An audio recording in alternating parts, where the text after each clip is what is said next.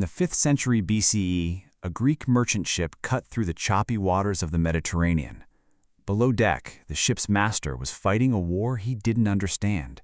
He wasn't bleeding out from a sword wound, nor was he coughing up blood from a plague. Instead, his body was slowly turning to stone. His jaws were pressed together so tightly his teeth threatened to shatter. The muscles in his neck and spine arched backward like a strained bowstring. Aboard this ship was none other than Hippocrates, the legendary physician who would one day be known as the father of modern medicine.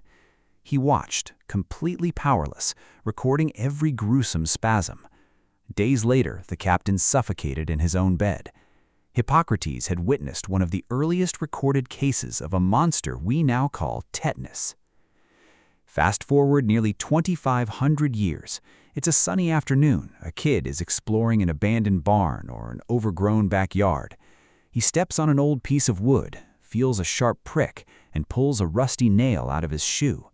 We've all heard the warning whispered by parents for generations. Watch out for rusty nails or you'll get tetanus. But why? What is the dark alchemy between iron, oxygen, water, and human flesh that creates this terrifying paralysis? Today, we are diving deep into the dirt to uncover the terrifying truth, because everything you think you know about the rusty nail myth is dead wrong. The nail isn't the killer, it's just the key that unlocks the door. To understand the real killer, we have to look past the rust and into the dirt beneath our feet. Meet Clostridium tetany. Unlike common bacterial threats like strep throat or tuberculosis, this organism doesn't care about human-to-human contact. It doesn't travel through a cough or a handshake. It is a solitary phantom that lives in soil, manure, and decomposing leaves. But it has a superpower. When the environment becomes too hot, too dry, or completely devoid of nutrients, Clostridium tetany doesn't die, it transforms. It shrinks its DNA, sheds its moisture, and builds an incredibly dense, armored shell around itself. It becomes a spore. In this dormant spore state, the bacterium is virtually immortal.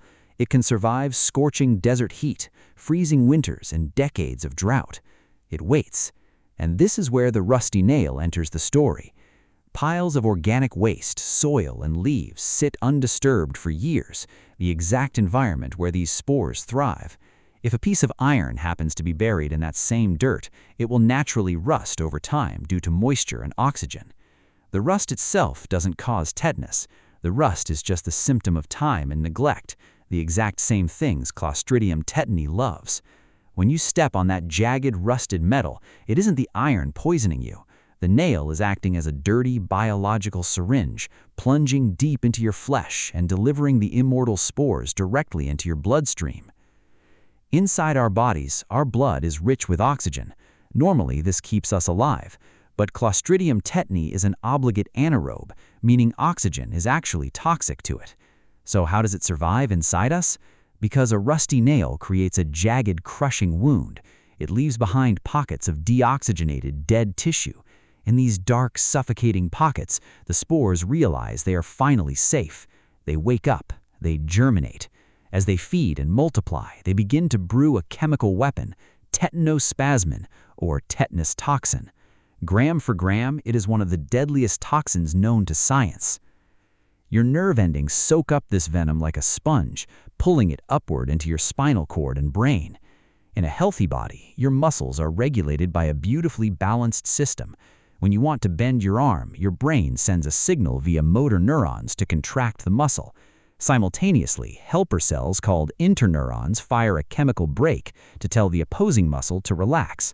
This keeps our movements fluid, allowing us to do everything from breathing to kicking a ball. Tetanus toxin targets the interneurons. It acts as a physical block, preventing them from releasing their chemical brakes. Imagine driving a car down a steep mountain and suddenly your brake lines are cut. The accelerator is floored and there is no way to stop. Your motor neurons fire continuously, screaming at your muscles to contract with maximum force without a single millisecond of relief. Usually, nothing happens right away.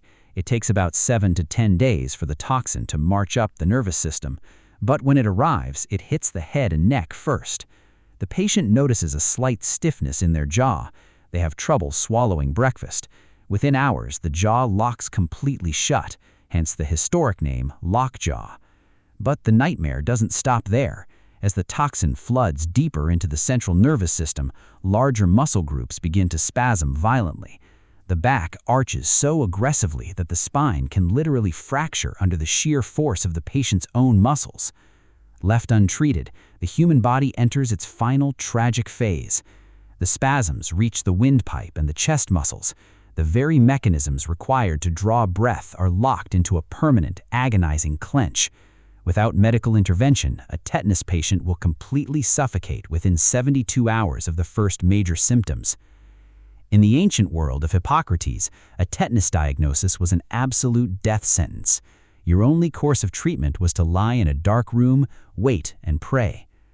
Fortunately, we no longer live in the 5th century BCE. Modern medicine has mapped the battlefield. If a patient shows up at a hospital with tetanus today, physicians launch a 3-pronged counterattack. First, they surgically clear the wound of dead tissue and hit it with aggressive antibiotics to kill the living bacteria. Second, they inject an intensive antitoxin designed to neutralize any venom still floating around before it can latch on to the brain. And finally, the patient is placed into intensive care, often on heavy muscle relaxants and mechanical ventilators, giving the body weeks to slowly rebuild its damaged nerve connections while a machine breathes for them.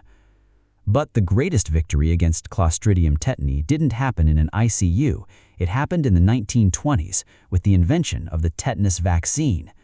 By introducing a harmless, deactivated version of the toxin to our immune system, our bodies learn exactly how to build a shield before the phantom ever enters the dirt wound. Yet, despite this medical miracle, the shadow of tetanus hasn't been completely erased. Every year, over 20,000 infants still lose their lives to this preventable disease, predominantly in developing regions where access to basic vaccines and sterile medical supplies is limited. The bacteria hasn't evolved, and it hasn't gone away. It is still out there, sitting quietly in the soil of your garden, on the surface of an old fence, or resting on a 2,400-year-old shipwreck. The next time you see a rusty piece of metal sticking out of the ground, remember, the iron isn't your enemy. The real danger is the invisible, immortal survivor waiting just beneath it, hoping for a chance to lock you away.